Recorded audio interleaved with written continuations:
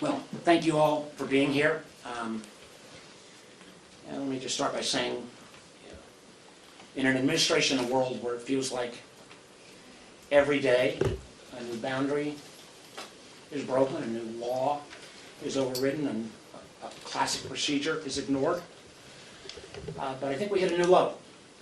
And let me be blunt. What the administration did in the last 24 hours is corrosive not only to our democracy, but downright dangerous for our national security.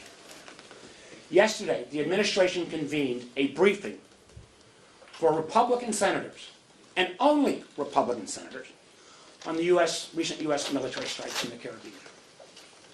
Along with that briefing, they shared the Office of Legal Counsel's opinion that tries to lay out legal justification for those strikes. Again, they didn't share it with Congress. They didn't share it with the Gang of Eight, which is their responsibility. They didn't share it with the Senate. They shared it with one political party. That is not how the system is supposed to work. That is not how national security decisions are supposed to be made. Matter of fact, just last week, in a very classified, secure meeting with National Security Advisor and Secretary of State Marco Rubio, he looked me in the eye and personally promised that we would have that Office of Legal Ethics position laid out. He said he hoped it had been delivered that day. Now, I'm not blaming Secretary Rubio because I know he left for the Middle East the next morning. But instead of honoring that promise, this administration chose to give this sensitive legal document to a select group of more than a dozen Republican senators. Not all on intel, not all, I think, even on armed services, on a purely partisan basis. Now, only when they got caught, only when word got out and senators started asking questions, did they scramble to try and make things work. They said, okay, we'll give it just to Democratic members of the Gang of Eight. This is not how the law works. This is not how Congress is supposed to act. Try to cover your tracks after this malfeasance still falls short of what the Constitution demands. And I'd say in any normal administration, somebody would be fired for this kind of abuse. So now, this Office of Legal Counsel opinion should be shared with every member of the Senate, not just the Gang of Eight. Every senator, Democrat, Republican, Independent, has a constitutional role to play when the United States uses military force. And to make that review, it's not optional. It's our freaking duty. When an administration decides it can pick and choose which elected representatives get the understanding of their legal argument of why this is needed for military force, and only chooses a particular party, it ignores all the checks and balances. We've seen this in other attributes. The one area that I thought we could maintain some level of comity, C-O-M-I-T-Y, was around national security, but not from this crowd. You know, this is not about procedure or process or even precedent.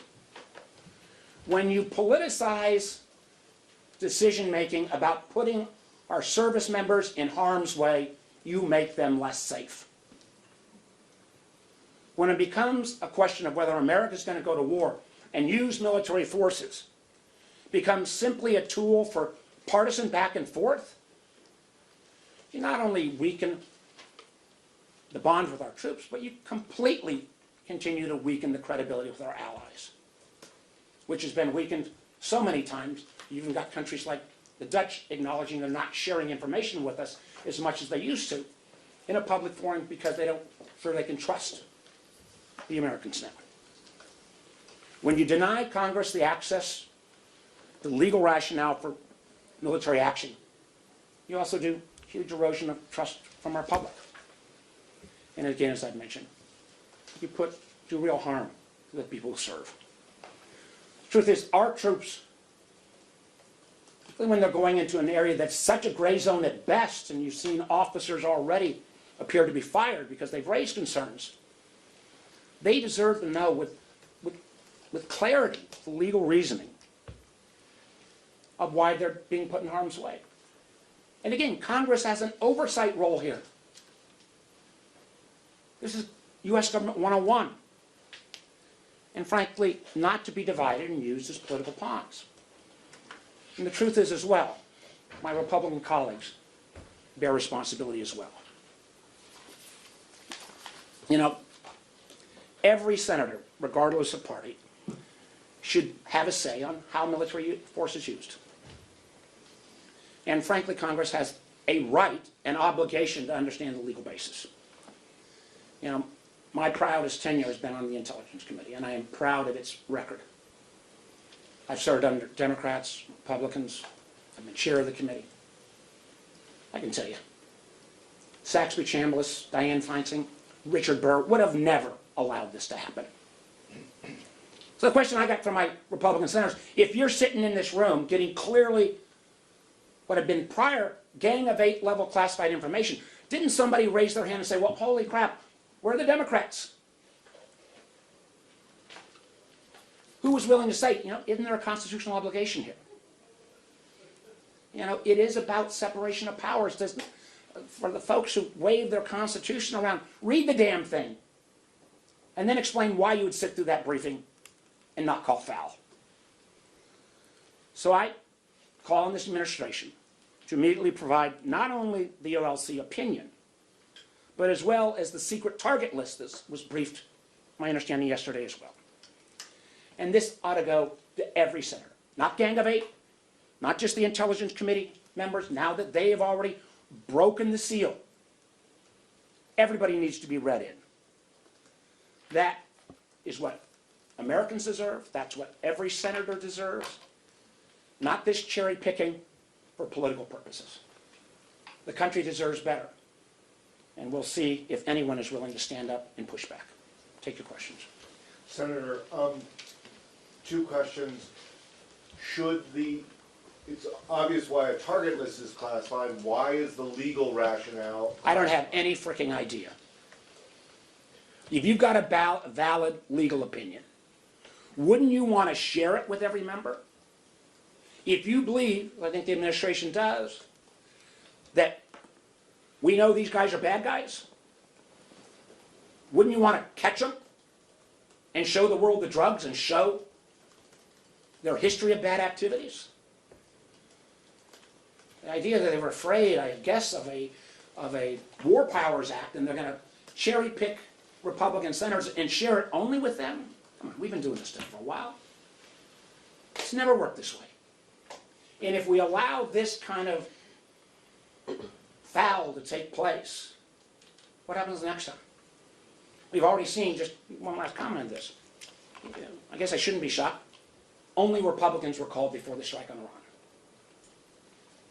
So we are starting a pattern now that says national security, which has always been the province of bipartisanship, it has been the province where, particularly in the Senate, we keep our secrets classified.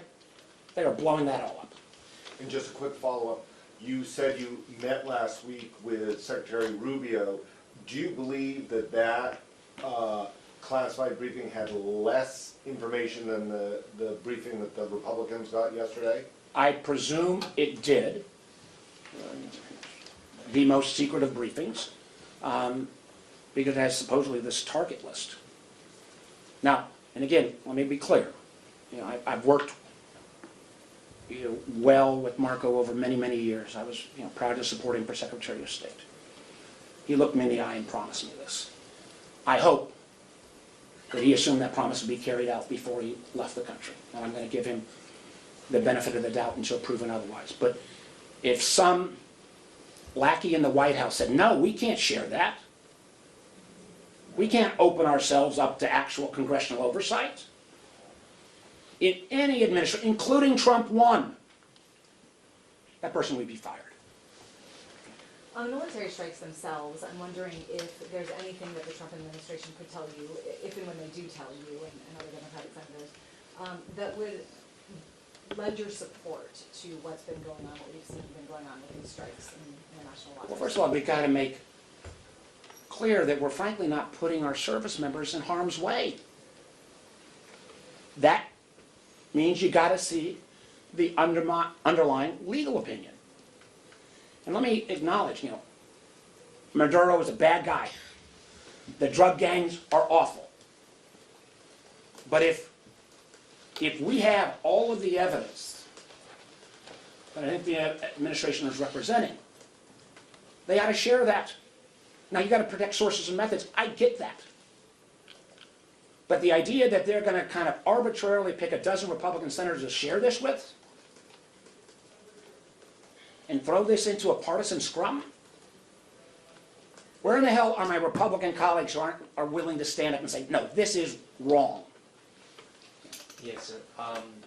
According to the U.S. Justice, these cartels that operate in the Caribbean Sea have a relation with the Maduro regime. So do you think it's important to end the Maduro regime, and what do you think is the best way to do that? I would simply say this, two things.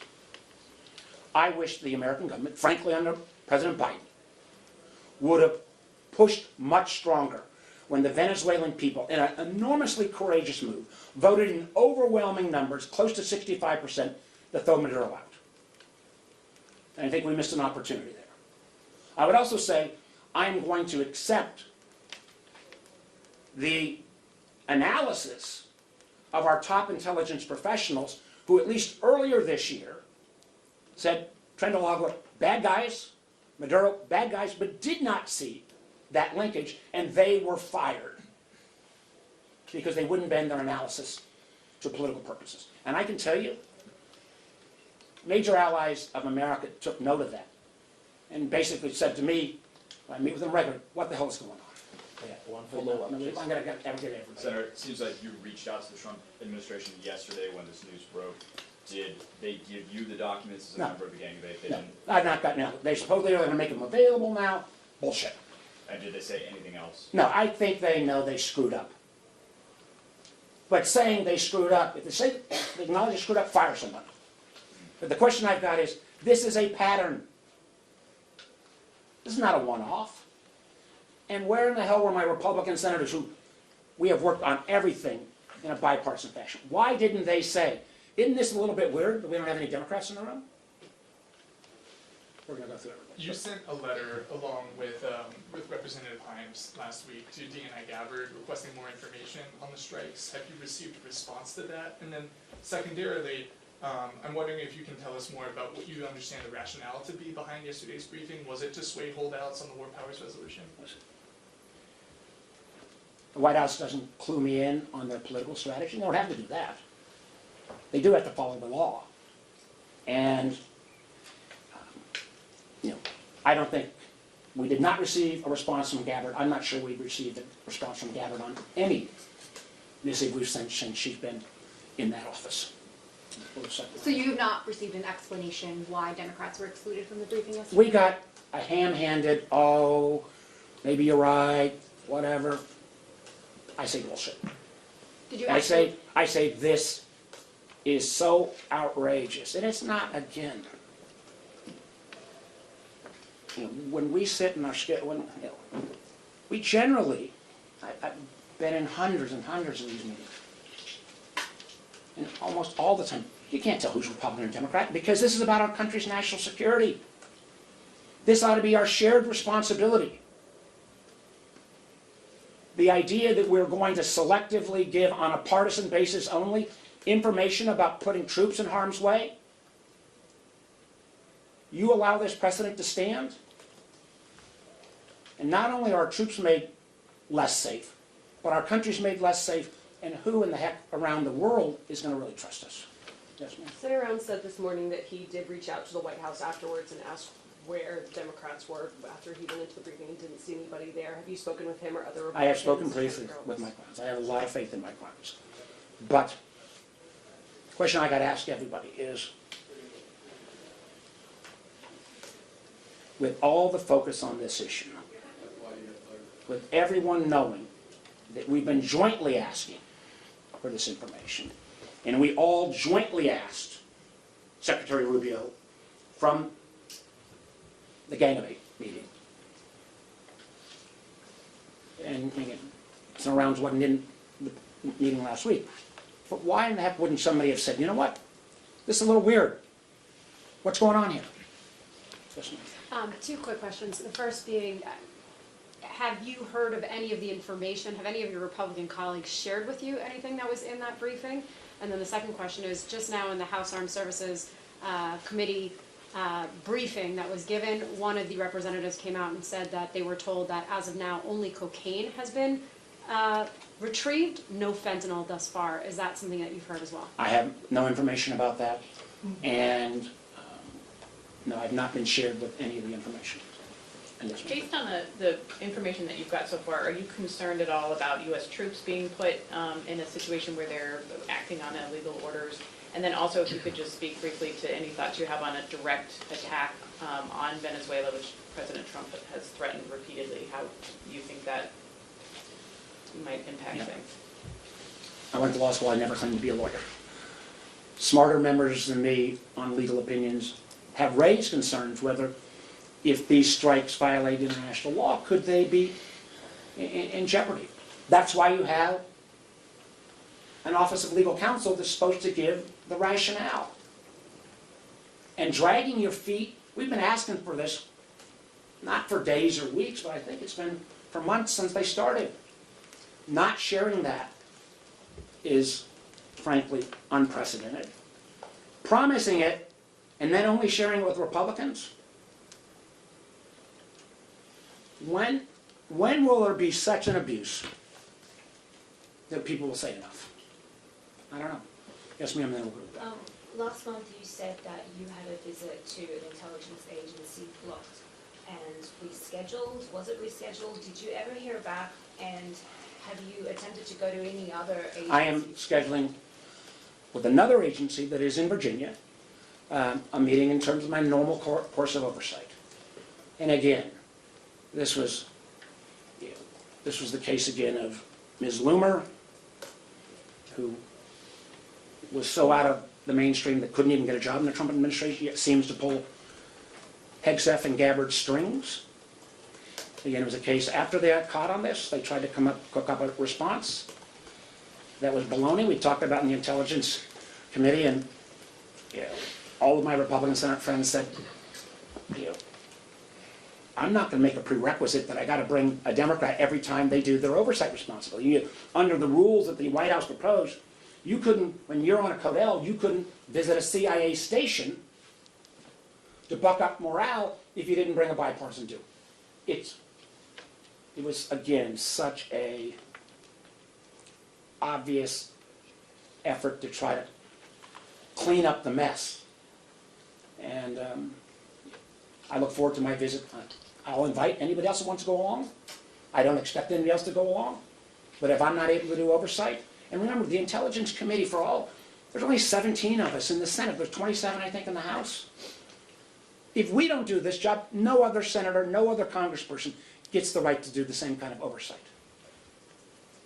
You take that away, and this is how, without oversight, this is how the intelligence community gets in trouble. And I know the intelligence community. They want the oversight. This was not a pushback from any of the professionals. Because I think they want to have, frankly, all of us reinforce the fact that they need to be independent and speak truth to power. And I got to tell you, they are under such pressure at this point. I've never seen anything like this. And again, this makes America safe, less safe. Senator, do you believe that one of the objectives of this operation is to remove Maduro from power? I don't know what the final objective is. And again, I'm not going to... I go back to what I said in front. Maduro is a bad guy. He is bringing down the Venezuelan people. But if there is an effort, if there is a United States policy to try to remove him, it sure as hell ought to at least be shared with the Gang of Eight. If not, the intelligence committees writ large, and any level of trust by these kind of antics is totally destroyed. On this Office of Legal Counsel opinion, and frankly, on the targeted list, every senator needs to get it, and we're going to keep pushing until it happens. Yes, sir. In terms of the notification that reportedly the administration's already given to Congress, in which... Well, what notification are you talking about? Well, so at the start of this month, reportedly there was notification that said the administration regarded these as unlawful combatants, non-state armed groups, whose actions constitute an armed attack against the United States. Do you accept that assertion that Listen, what they're doing? I can't make that judgment. I think it will be a stretch. But I would give them the courtesy of saying, show me your legal reasoning on how you got there. They have drugged their feet, promised we'd get it, didn't deliver, and then they share it with a select group of Republican senators only. This is not the way the system's supposed to work. Can I just follow up very quickly on congressional approval? I mean, presumably your opponents will point to previous presidents who have acted without congressional approval, for example, President Obama in Libya. I mean, do you see a distinction between that kind of action and what's happening now? We have seen actions done by presidents which are like a single strike, a single action, that circumstances warrant, and generally speaking, I think Congress defers to the president in a moment in time. But this is not some single action. This appears to be a policy that is being carried out over weeks and potentially months. There is no legitimate reason not to share at least the legal opinion, what the goals are, with the American people, frankly, not just the Senate. And I don't think that basic criteria has been met. Yes, ma'am. Some of your Republican colleagues in the Senate, like Senator Rand Paul, have always been outspoken about this issue. Do you know if they were also included in the briefing, or if it was only people that were on the edge? And do you have a list of people that were included in the briefing? I don't know if he was. Based on what you do know right now, do you see parallels between what this administration is trying to do in Venezuela and what previous administrations tried to do in the Middle East? Well, I'd only say this, like, it couldn't be more night and day between Trump 1 and Trump 2. You know, I remember when President Trump and Trump 1, when it appeared he was, there had been a drone shot down, we were, I think the administration was considering a strike on Iran. And President Trump, to his credit, went way beyond what was required. He had the senior leadership of the House and the Senate, not just from intelligence and the Speaker and minority leadership. He had 25 of us in the room and went through. He followed the law. He recognized that if we're going to put Americans in harm's way, it is required that Congress at least get particularly a long-term campaign. All that is obviously out the window right now, and this makes America less safe, and frankly, it further deteriorates relations with our allies, because if they're saying, hold it, you're telling me Congress gets no oversight on the actions of this president, particularly when it appears to be a maybe week-long, maybe month-long campaign, then how do we trust you on anything? Republicans who have been asked about this morning are saying they're hearing there's going to be another briefing for Democrats. Bullshit. Have you heard about that? And No, I just take you in. Listen, somebody needs to be held accountable for this. And Trump won, and Biden, and again, following up on the kind of what happened with the Iran strike in the first place. This is cover your tracks, try to damage the fallout. Yeah. What do I tell people in Virginia about, could we got a heck of a lot. And the carrier that has just been dispatched is homeported in Norfolk. I had questions this week from folks in Hampton Roads. Senator, tell us what's going on. What's our goal? What's our objective? We've seen how this administration treats the safety of our sailors with the stupidity around Signalgate and not even treating classified information appropriately. The fact that we are putting potentially those sailors in harm's way right now, and they're not even going to say what their legal justification is, let alone their policy justification. Is there no line that gets broken that people won't say enough? How much blind loyalty to this administration versus obligation to the American people, will our Republican senators be willing to push back? And I give Mike Rounds credit, but I think somebody should have walked out of the meeting yesterday. I can tell you this, I would never have participated in a meeting like that. And what, these questions that you're raising about your Republican colleagues, have you raised these directly with any of them since yesterday? I have been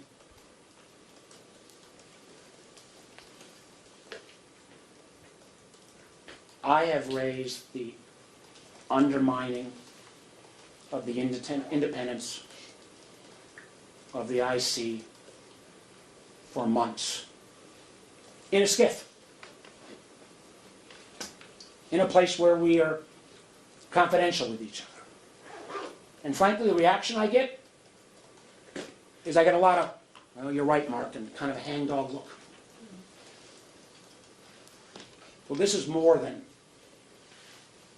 a response of, well, we just, this guy's the president, we're just going to go along. This is against every norm of how national security policy has worked. And when we make it a partisan affair, bad things happen. We'll go on. Sorry, just one last question. Was there a sense in any of your conversations with your Republican colleagues in the Intelligence Committee that they had seen anything in any of the briefings that they had gotten that satisfied their own? I have no idea. That was just yesterday. I can tell you this. There was enormous bipartisan concern. And that's why they, I think, tried this political ploy to try to give assurance to their team. And it's just, the American people deserve better. Frankly, members of the Senate should expect better. And, some oops makeup session doesn't cut it. My understanding is they want to simply offer this to the Gang of Eight. That doesn't cut it. Every United States senator ought to be read in, and until that happens, I don't know how you even begin to rebuild trust. Thank you very much. Thank you, sir. Thank you.